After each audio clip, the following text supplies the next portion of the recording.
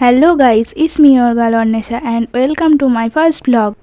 আপনারা সবাই কেমন আছেন? আশা করি আপনারা সবাই ভালোই আছেন।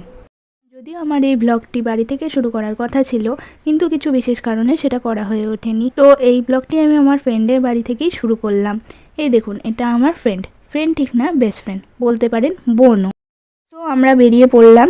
এই যে এই মাঠটি দেখতে পাচ্ছেন, এটাকে বলা হয় মিলনী মাঠ।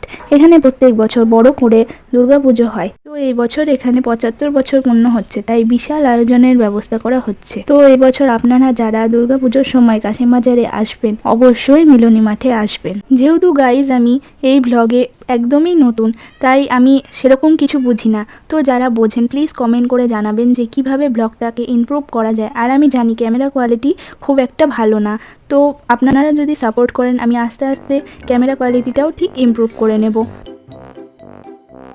আজকে আমি যেখানে যাচ্ছি সেই জায়গাটি সবার অত্যন্ত প্রিয় জায়গা, বিশেষ করে টিনেজারদের জন্য। আর আমি সেখানে প্রথমবার বেস্ট ফ্রেন্ডের সাথে যাচ্ছি, মানে একা যাচ্ছি, তাই একটু আলাদাই এক্সাইটমেন্ট হচ্ছে। আমার এই ভিডিওতে বা আমার কথাগুলিতে কেউ যদি কষ্ট পেয়ে থাকেন তো প্লিজ ক্ষমা করে দেবেন, কারণ আমি ছোট, না বুঝে অনেক কিছু বলে ফেলি। তো ছোট হিসেবে আমাকে ক্ষমা করে দেবেন।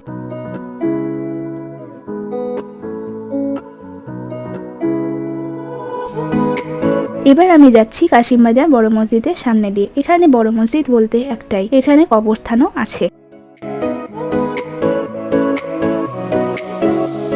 দেন আমি চলে এলাম সেই প্লেসে যার কথা আমি এতক্ষণ ধরে বলছিলাম, কলেজ ঘাট। আসলে এই ঘাটটি বহু পুরনো কৃষ্ণনাথ কলেজের সামনে অবস্থিত হওয়ায় এই ঘাটটির নাম হয়েছে কলেজ ঘাট। এখানে সবাই তাদের বন্ধুদের সাথে আড্ডা দেয়। এই জায়গাটি খুব সুন্দর একটি জায়গা। চলুন ঘুরে আসা যাক কলেজ ঘাটটি। এই যে এই শিব মন্দিরটি দেখতে পাচ্ছেন, এটিও অনেক পুরনো।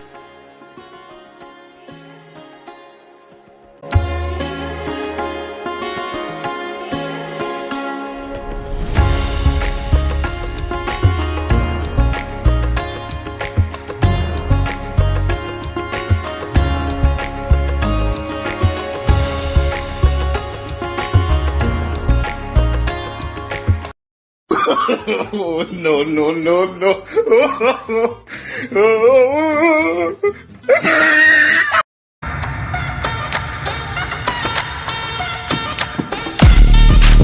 সো গাইজ, এবার আমি ঘাটের ধার থেকে উঠে রাস্তার দিকে গেলাম।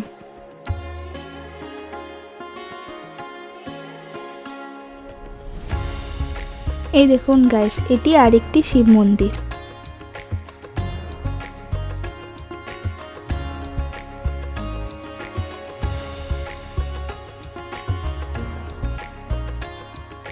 এই ঘাটের ধারটি কলেজের সামনে হওয়ায় কলেজের স্টুডেন্টদের জন্য দিনের বেলায় তো অনেক দোকান বসেই, সন্ধ্যেবেলাতেও অনেক দোকান বসে।